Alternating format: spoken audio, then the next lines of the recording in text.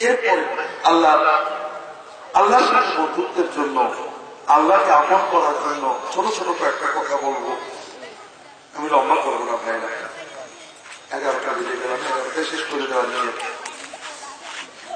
1 নম্বর হলো ফরজ ওয়াজিব, এগুলো তো আছে। 1 নম্বর হলো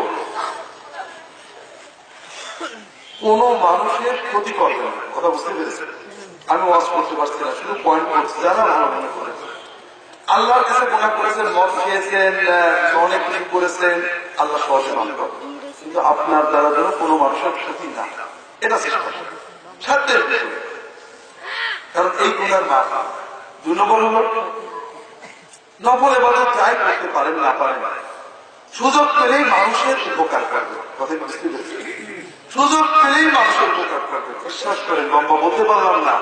আল্লাহর ওলি হওয়ার জন্য, আখিরাতে মর্যাদা পাওয়ার জন্য, দুনিয়াতে বরকত পাওয়ার জন্য আল্লাহর মাখলুকের খেদমতের চেয়ে বড় জিনিস আছে। 3 নম্বর খুবই বড় কাজ,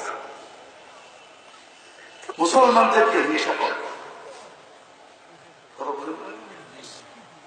মুসলমানদের কি করবে?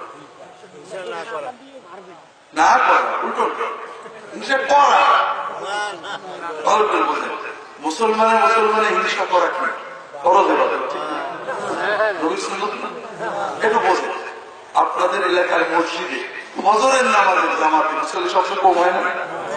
এরাই তো সবচেয়ে আল্লাহর প্রিয় বান্দা, ঠিক না? যারা ফজরের নামাজের জামাত মিস করে না, এরা কারা? একজন জামাত, একজন চরমনাই, একজন তবলিগ, একজন আলে হাদিস, একজন হানাফি, একজন কওমি, একজন আলিয়া, একজন ফুরফুরা, একজন শশিনা, এরকম না? এই সব গ্রুপেরা জামাতে নামাজের গুরুত্ব দেয়। মুসলমানদের আবার অনেক গ্রুপ আছে, হয়তো পীরের মুরিদ আছে, নামাজ কালামের ধার ধারে না, আছে না?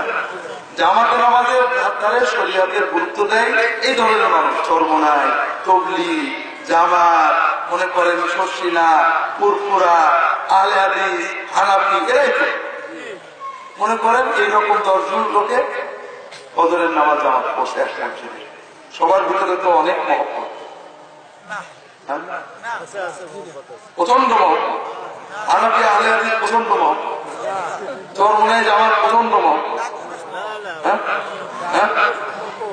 তাহলে বোঝা গেল যে আপনার এলাকার বেশ মুসলমান যারা ফজরের নামাজ জামাতে পড়ে, তারা এক মুসলমান আর এক মুসলমানের হিংসা করে, বিদ্বেষ করে, শত্রু ভাব করে।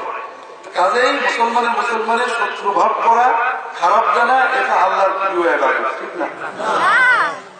আল্লাহর ফরজ ইবাদত, নবীর সুন্নাত, মুস্তাহাব। কি তাহলে আমরা কেন বলি? কারণ ভাইরা, শয়তান মানুষদেরকে জাহান্নামে নেবে, শিরক দিয়ে নেবে, বেদাত দিয়ে নেবে, এবং আপনার ফেস পুজুর, মদ, সিনেমা ইত্যাদি। আল্লাহ তাআলার কিছু জান্নাত পাগল বান্দা জান্নাতে যাওয়ার জন্য কোট করেছে। কোট করা বলেন না? চরমনায় চলে গেছে, ফুরফুরা চলে গেছে, সহি আকীদার চেষ্টা করছে, জামাত ইসলামে চলে গেছে, নামাজ কাজা করবে না, রোজা নষ্ট করবে না, দাড়ি ছাড়বে না, পাগড়ি ছাড়বে না, কোনো গুনাহ করবে না। এই ধরনের জান্নাত পাগল বান্দাদেরকে দোজখে নেওয়ার জন্য শয়তান চেষ্টা করবে না? কি দিয়ে করবে? যাতে কোনো গুনাহ করবে না। হ্যাঁ, হিংসার একটা বৈশিষ্ট্য আছে। মদ খেলেন গুনাহ হবে, কিন্তু নামাজের সব কাটা যাবে না। আপনি কি বলেন? জেনা করেছেন গুনাহ হবে, কিন্তু যাকাতের সব করবে না। আর হিংসা করলে এগুলো নষ্ট হবে। এই জন্য ভাইরা, আমি লম্বা আজকে বলতে পারছি না, আমার কষ্ট হচ্ছে, এত দূর থেকে আসছি, আমাকে রেস্ট নিতে হবে, আমি সিরাজ রাখতে পারি না। আমার অনুরোধ হলো ভাইরা, লম্বা বলছি না, সহজ কথা, মুসলমানকে দুশ্মন ভাববেন। মুসলমানের ভিতরে খারাপ আছে, কিন্তু তার ইমানটা আছে না। আমি একটা উদাহরণ, মনে করেন একজন লোক সর্বনাজের গায়ে গায়, ফুরফুরা, কিন্তু নবীকে গায়ে গায়, নবীর গাড়িটা রেখেছে, নবীর নামাজটা পড়ে, নবীর কোরআন পড়ে, নবীর পথে চলে, কিন্তু সর্বনাজকে ভণ্ড বলে, দেখতে পারে না, চরমোনায় মুরিদের জন্য ওই লোকটার প্রতি শত্রুভাব থাকা দরকার না মহব্বত থাকা দরকার? শত্রুভাব যদি রাখেন তাহলে বুঝতে হবে আপনার নবীর স্মৃতি। আর যদি আপনি বলেন যে দেখো আমার হক্কানি পীরকে মহব্বত করে না, খুব ভুলের ভিতর আছে, কিন্তু আমার নবীকে মহব্বত করে, অন্তত এই জন্য আমি নবীকে মহব্বত, তাহলে বুঝতে হবে আপনার কাছে পীরের চেয়ে নবী হোক। মনে করেন চরমোনার এক মুড়ি ফুরফুরার বিশ্বের গাড়িটা ভণ্ড বলে, রাজনীতি করে না, আমাকে বলে হুজুর আপনার রাজনীতি করে না কিসের বিশ্বের, আমাদের বিশ্বের কত রাজনীতি করে, ভালো কথা বলে যাই ভাই, ভণ্ড বলে, খারাপ বলে, কিন্তু নবীকে মহব্বত করে, নবীর দিনের জন্য প্রচেষ্টা করে, নবীর সুন্নত পালন করে, নবীর ফরজ পালন করে, ফুরফুরার মুড়িদের দায়িত্ব কি? ওকে মহব্বত করে না কিনা করে? যদি ওকে শত্রু মনে করে, ওর প্রতি বিরক্ত থাকে, বিদ্বেষ থাকে, কথা বলতে কষ্ট লাগে, বুঝতে হবে এই ফুরফুরার মুরিদের কাছে নবীর চেয়ে পীর। আর যদি ও বোঝে যে ঠিক আছে আমার পীরকে মানে না, আমার অধিপকে বেদাত বলে, আমার খারাপ বলে, কিন্তু নবীকে মানে, কোরআন মানে, কোরআনের মহব্বত করে, নবীর মহব্বতে দায়িত্ব রেখেছে, জামাতে নামাজ পড়ে, সুন্নতি লেবাস পড়ে, বউটাকে পর্দা করায়, আমার নবীকে মহব্বত করে, আমার নবীর দিন পালন করে, কাজে আমার কষ্ট লাগে যে আমার হক্কানি পীরকেও চিনল না, তারপর আমি মহব্বত করি, এইটা যদি থাকে তাহলে বুঝতে হবে যে অরিজিনাল ইমানের মজা ও পাবে।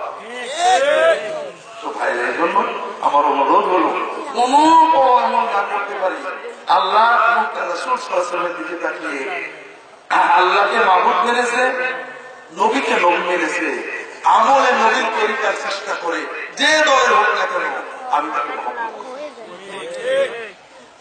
আমরা এখন এটা নষ্ট করে ফেলেছি। একজনের দাড়ি, চরমোনার দাড়ি আছে না, আলে আজকে দাড়ি আছে না, আমি কি দাড়ি দেখবো না কোন দলের হয়ে দাড়ি রাখতে দেখবো?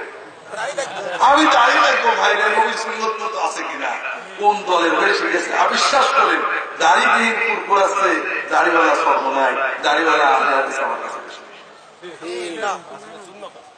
এই জন্য ভাইরা আমাদের মহব্বতের মেয়ার মুহাম্মদ রাসূলুল্লাহ সাল্লাল্লাহু আলাইহি ওয়াসাল্লাম, আর কেউ না। ইমাম বুখারী লিখেছেন বাবু আলামাতিল হুব্বি ফিল্লাহ লিকাউলিহি তাআলা قل إن كنتم تحبون الله فاتبعوني يحببكم الله ويغفر لكم ذنوبكم। আল্লাহকে কে কত মহব্বত করে এর মেয়ার মুহাম্মদ রাসূলুল্লাহ সাল্লাল্লাহু আলাইহি ওয়াসাল্লাম, যার ভিতরে মুহাম্মদ সাল্লাল্লাহু আলাইহি ওয়াসাল্লামের সুন্নাত, ফরজ, দ্বীন যত বেশি পাবেন তাকে তত বেশি মহব্বত করা আপনার ইমানের দায়িত্ব। এটা হলো